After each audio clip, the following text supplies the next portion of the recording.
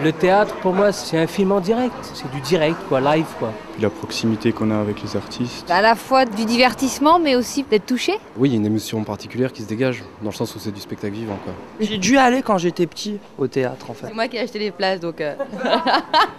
C'est vrai que c'est une ambiance qu'on retrouve pas justement au cinéma. Je sais pas, quelque chose de réel et l'échange qu'il peut y avoir entre le théâtre et le public qui est en direct et qu'on retrouve pas autrement.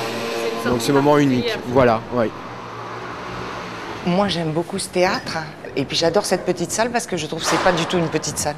C'est très étalé, donc on n'a pas du tout l'impression d'être enfermé dans un petit lieu. Là il y a un vrai beau plateau, quoi. T'as perdu la boule ou quoi? Tu me parles sur un autre ton. Merde! C'est le problème de la fin de vie et du choix qu'on peut avoir en fin de vie. Bon, alors si on dit ça, on fait oh là là.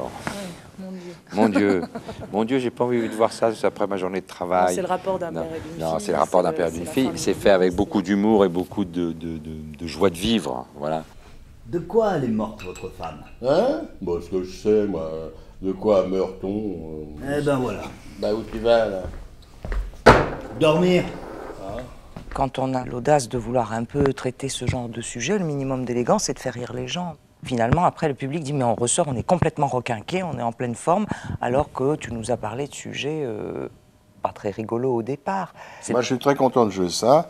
D'abord, comme je le disais tout à l'heure, parce que je trouve que Denise est un auteur qui compte vraiment. Et puis parce que ce personnage est assez un peu éloigné de ce que j'ai pu faire jusqu'à maintenant. Ce type de vieux bonhomme un peu naïf, un peu poète comme ça, j'ai pas eu ça tellement souvent en fait. Elle a un caractère de chien, parce que c'est génétique, voilà, y a rien à comprendre. C'est une femme, on comprend pas les femmes. Depuis la nuit des temps, c'est comme ça. Elles sont venues sur Terre pour nous faire chier. On t'entend gueuler jusqu'à dehors. Dès qu'il y a des théâtres, il y a une vie de quartier. Imaginez qu'il n'y ait pas les théâtres dans la rue La Bruyère, la rue Saint-Georges, le 9e, le soir, ce sera un quartier mort. Quand la pièce ne marche pas très bien, en fait, le quartier reste relativement calme, quoi.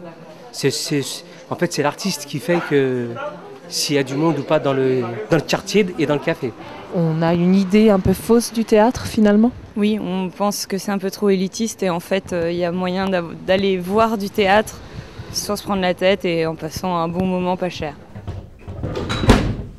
Y'a plus de bière? La dernière est déjà pissée. Oh merde! Bah, va voir au 4e. Ah non.